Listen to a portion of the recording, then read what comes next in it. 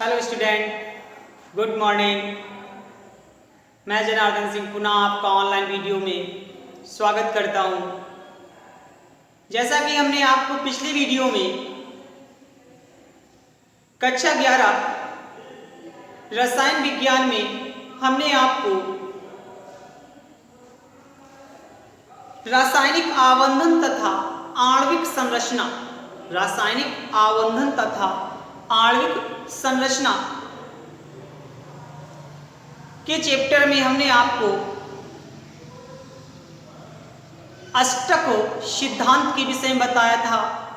आज हम उसी प्रक्रम में जो आपने देखा था कि आयनिक बंध या वैद्युत संयोजी बंध, सहसंयोजी बंध, उपसह संयोजी बंध के माध्यम से तत्व साझा करते थे, यानी उनके मध्य बंध बनते थे।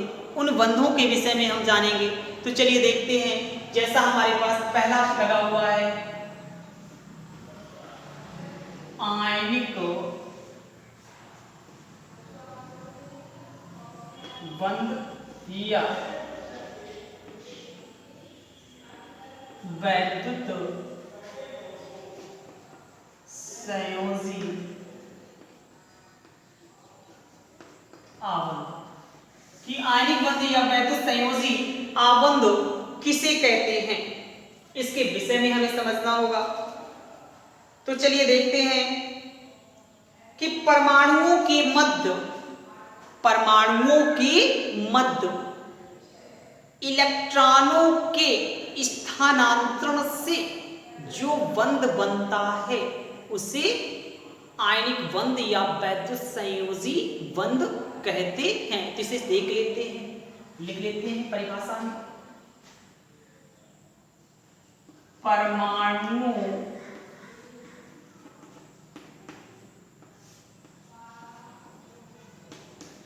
के मध्य इलेक्ट्रॉनों के स्थानांतरण से जो बंध बनता है उससे आयनिक बंध कहते हैं। परमाणुओं के मध्य इलेक्ट्रॉनों के स्थानांतरण से जो बंध बनता है उसे वैद्युत संयोजी आबंध या आयनिक बंध कहते हैं। फिर से समझ लेते हैं कि परमाणुओं के मध्य इलेक्ट्रॉनों के स्थानांतरण से जो बंध बनता है उसे आयनिक आबंध या बंध कहते हैं। इसे तिरछे एरो से प्रदर्शित करते, इसे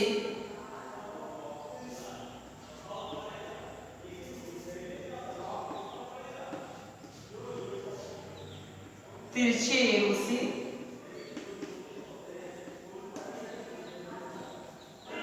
प्रदर्शित करते हैं। तो जैसे समझ लेते हैं हम, जैसे मैंने एग्जांपल ले लिया NaCl में कौन सा बंध उपस्थित है, चेक करना होगा। ये एग्जांपल है इसका, लेकिन चेक भी करना होगा। तो चलिए देखते हैं कितने तत्वों से मिलकर बना हुआ है। पहले ये देखिए, Na से मिलकर बना हुआ है और किससे मिलकर बना हुआ है, Cl से मिलकर बना हुआ है। आप तुरंत इसका इलेक्ट्रॉनिक विन्यास बनाइए। Na का परमाणु क्रमांक कितना होता है, 11। क्लोरीन का कितना होता है, 17। इसका इलेक्ट्रॉनिक विन्यास बनाइए 2, 8, 1। इसका इलेक्ट्रॉनिक विन्यास बनाइए 2, 8, 7। तो आप समझ गए होंगे कि इसे तीसरे कक्षक में पूर्ण करने के लिए कितने इलेक्ट्रॉन चाहिए, 7 इलेक्ट्रॉन चाहिए। तो कोई इसे 7 इलेक्ट्रॉन दे देगा, ये साझा कर ले तो क्या इसके पास 7 इलेक्ट्रॉन है जो साझा कर लेगा। साझा तो हमेशा बराबर का होता है। जब दान दिया जाएगा तो इसे 7 कोई दे सकता है, नहीं दे सकता। इसके पास देखिए, क्लोरीन के पास 7 इलेक्ट्रॉन, इसे पूरा करने के लिए कितने इलेक्ट्रॉन चाहिए, अष्टक नियम को पूरा करने के लिए केवल 1 इलेक्ट्रॉन चाहिए। तो 1 इलेक्ट्रॉन से चाहिए, तो 1 इलेक्ट्रॉन से क्या करेगा, ये इसे आसानी से ये दे देगा। तो चलिए देख लेते हैं ये क्या स्ट्रक्चर्स पे आ जाएगा। Na के पास 1 इलेक्ट्रॉन है,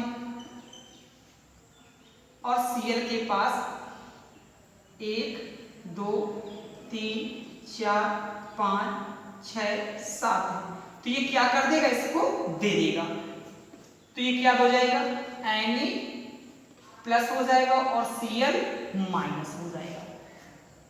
इसने एक इलेक्ट्रॉन्स को दे दिया, तो Na केस में आ जाएगा। जब कोई इंसान किसी व्यक्ति को, दूसरे को अगर कोई चीज देगा तो क्या हो जाएगा, धनी हो जाएगा। जो ग्रहण करेगा वो क्या हो जाएगा, ऋणी, यानी गरीब हो जाएगा।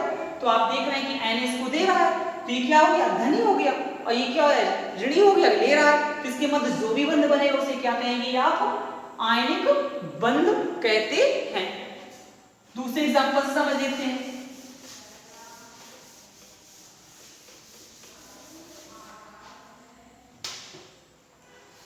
एक एग्जांपल और ले लेते हैं, इससे आपको क्लियर हो जाए।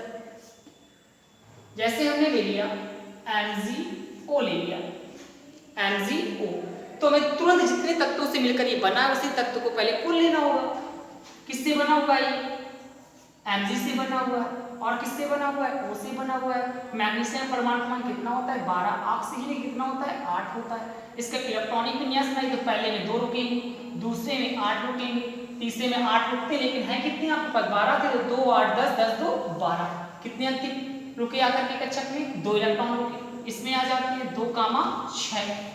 अब देखिए ये साझा करने लायक है, बराबर इलेक्ट्रॉन तो नहीं है साझा करने, तो साझा नहीं करेंगे तो ये क्या करेगा, इसको दान देगा। तो चलिए इसके स्ट्रक्चर पे आ जाते हैं, MgO।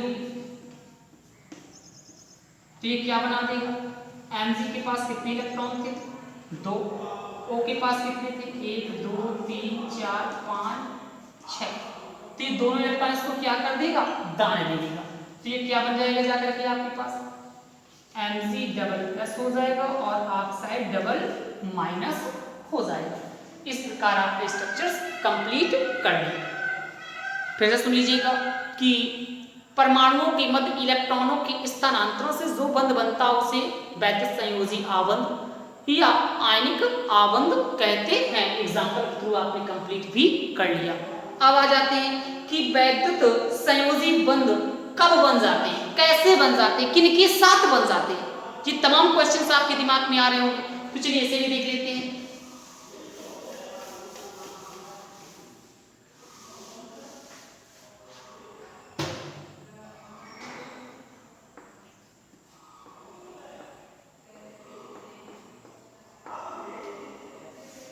वैद्युत संयोजी आबंध कब बनते हैं, तो जब एक प्रबल धन विद्युतीय तत्व, चलिए लिख के देख लेते हैं इसे,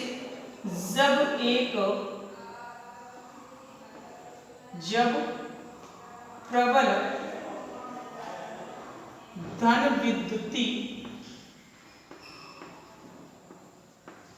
तत्व प्रबल ऋण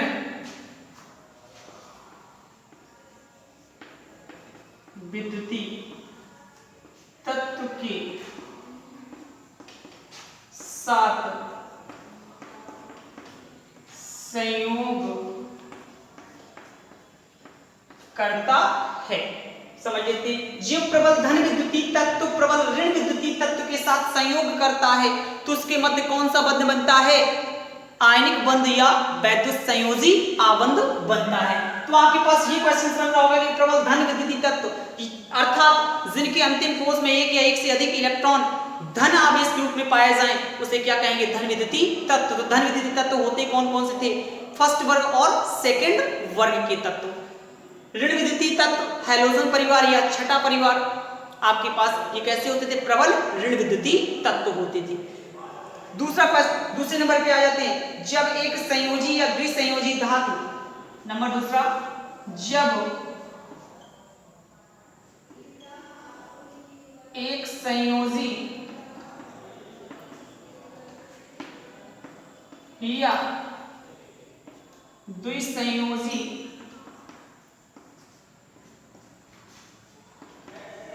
धातु किसी अधातु से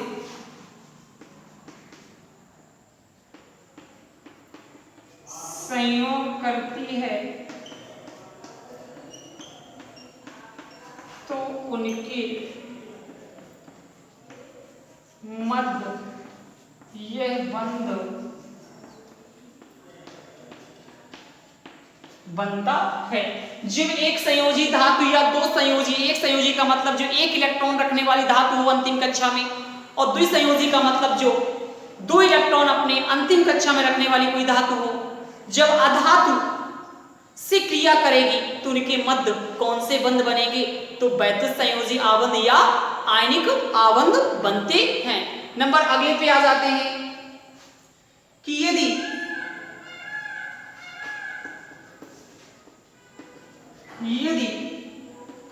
कोई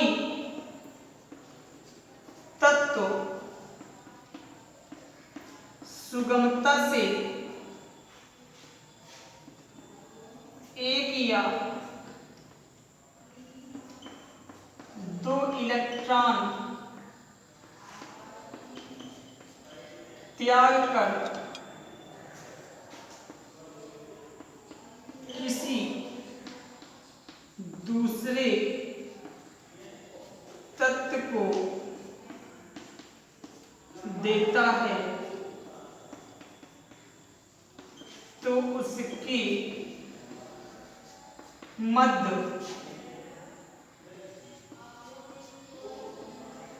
ये बंध बनता है। जब कोई तत्व सुगमता से एक या एक से अधिक या एक से दो इलेक्ट्रॉन त्याग करके दूसरे तत्व को देता है, दूसरा तत्व से ग्रहण कर ले आसानी से, तो उनके मध्य जो भी बंध बनेगा उसे क्या कहेंगे? आयनिक बंध या वैद्युत संयोजी आबंध कहते हैं। अब हम आ जाते हैं कि वैद्युत संयोजकता किसे कहते हैं।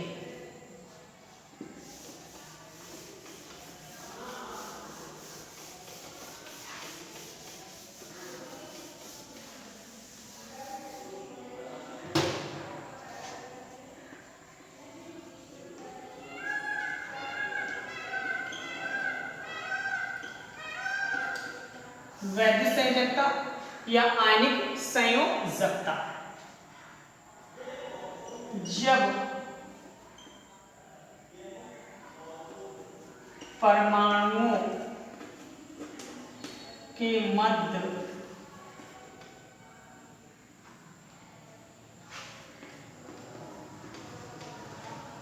आयनिक बंध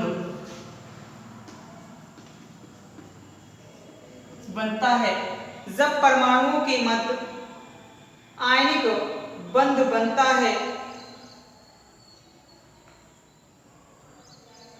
है तो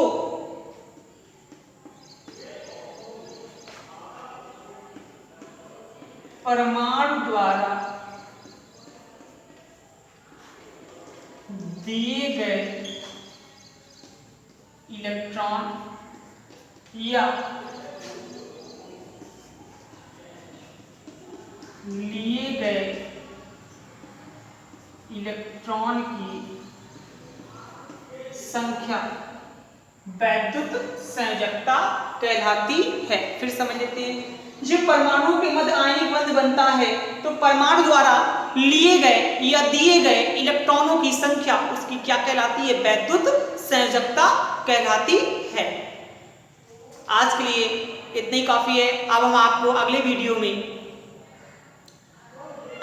वैद्युत संयोजी यौगिकों के लक्षण तथा सहसंयोजी आबंध, सहसंयोजकता, सहसंयोजी यौगिक के विषय में जानेंगे।